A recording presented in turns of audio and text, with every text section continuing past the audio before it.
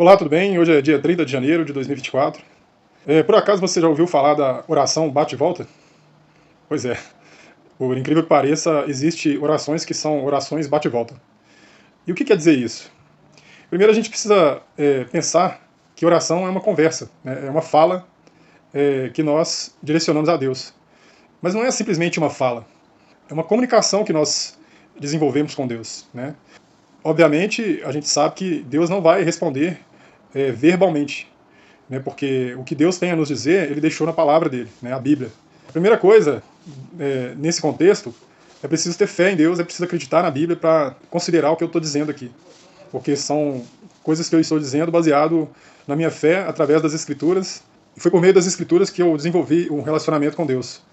Ou seja, é preciso ter fé em Deus para dar atenção a esse assunto, para entender esse assunto como relevante. E, enfim, vamos ao que interessa. Nós somos pessoas que não somos autossuficientes, né? Nós não temos a solução de tudo em nós mesmos. Nós dependemos do nosso trabalho, dependemos das circunstâncias e dependemos também da benevolência de Deus. A vida vai nos trazer inúmeros motivos para a gente buscar a Deus como um provedor, como um refúgio, como um consolador, né? A gente vai buscar a Deus em muitos momentos para suprir tanto necessidades físicas quanto espirituais, porque nós temos Deus como um Deus soberano, como um Deus poderoso. Então é natural que a gente vá para Deus com a intenção de pedir. Mas, obviamente, a gente sabe que Deus não serve só para isso. Né? Que antes de irmos para Deus para pedir, a gente precisa ter um relacionamento com Deus em que Ele nos veja como adoradores antes de sermos pedintes. Né? Porque se a gente vai a alguém para pedir alguma coisa, mas a gente não tem nenhuma relação com essa pessoa dificilmente vai nos dar atenção, porque vai ficar muito claro que a gente só está indo até ela por um interesse pessoal, por um interesse próprio, né? E soa como uma coisa até egoísta, dependendo da pessoa. Se for alguém que você já conhece, mas que você nunca fala com essa pessoa, mas na hora que você precisa você vai e pede, e muitas vezes não pede uma coisa simples, pede uma coisa complexa, uma coisa difícil, uma coisa que exige um pouco de sacrifício daquela pessoa para abrir mão daquilo que você está pedindo, para ela abrir mão daquilo que ela tem para atender o que você está pedindo. Então, quer dizer, o relacionamento com alguém já exige uma intimidade prévia, exige uma relação de confiança, exige um contexto prévio antes da gente ir até alguém para pedir, simplesmente. E com Deus não é diferente, né?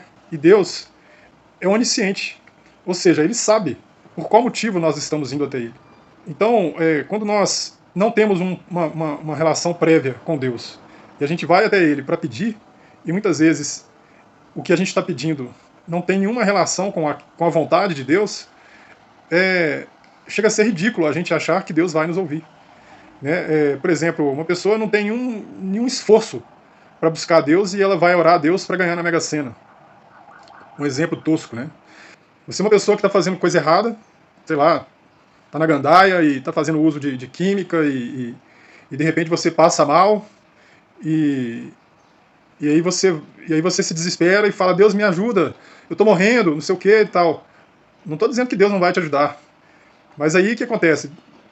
Deus te livra daquilo ali, e logo que você se viu livre de ter acontecido coisa pior, você volta para a sua vida normal, você volta a fazer as mesmas coisas, você se esquece de Deus novamente. Esse tipo de relacionamento com Deus, ele tende a gerar uma oração bate-volta. O que seria uma oração bate-volta?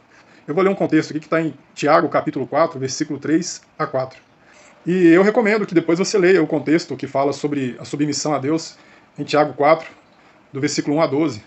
Você vai se deparar com um contexto enriquecedor, muito esclarecedor. De preferência que você faça da leitura da Bíblia uma prática diária na sua vida. Né? Mas enfim, esse contexto, do versículo 3 e 4, diz o seguinte: quando pedem, não recebem, pois pedem por motivos errados, para gastar em seus prazeres. Adúlteros, vocês não sabem que a amizade com o mundo é inimizade com Deus? Quem quer ser amigo do mundo faz-se inimigo de Deus. Então o que a Bíblia está dizendo aqui é que às vezes nós pedimos coisas e não recebemos. Não quer dizer que Deus não ouviu, porque Deus ouve tudo, Ele sabe tudo que nós pensamos, Ele está atento a qualquer movimento que aconteça na existência, porque foi Ele quem criou todas as coisas, e Ele, nada está oculto aos olhos de Deus. A Bíblia diz isso em Hebreus 4, que nada está oculto aos olhos de Deus. Mas a questão é que muitas vezes, mesmo Deus ouvindo a nossa oração, Ele não atende. Por quê? Porque são por motivos errados.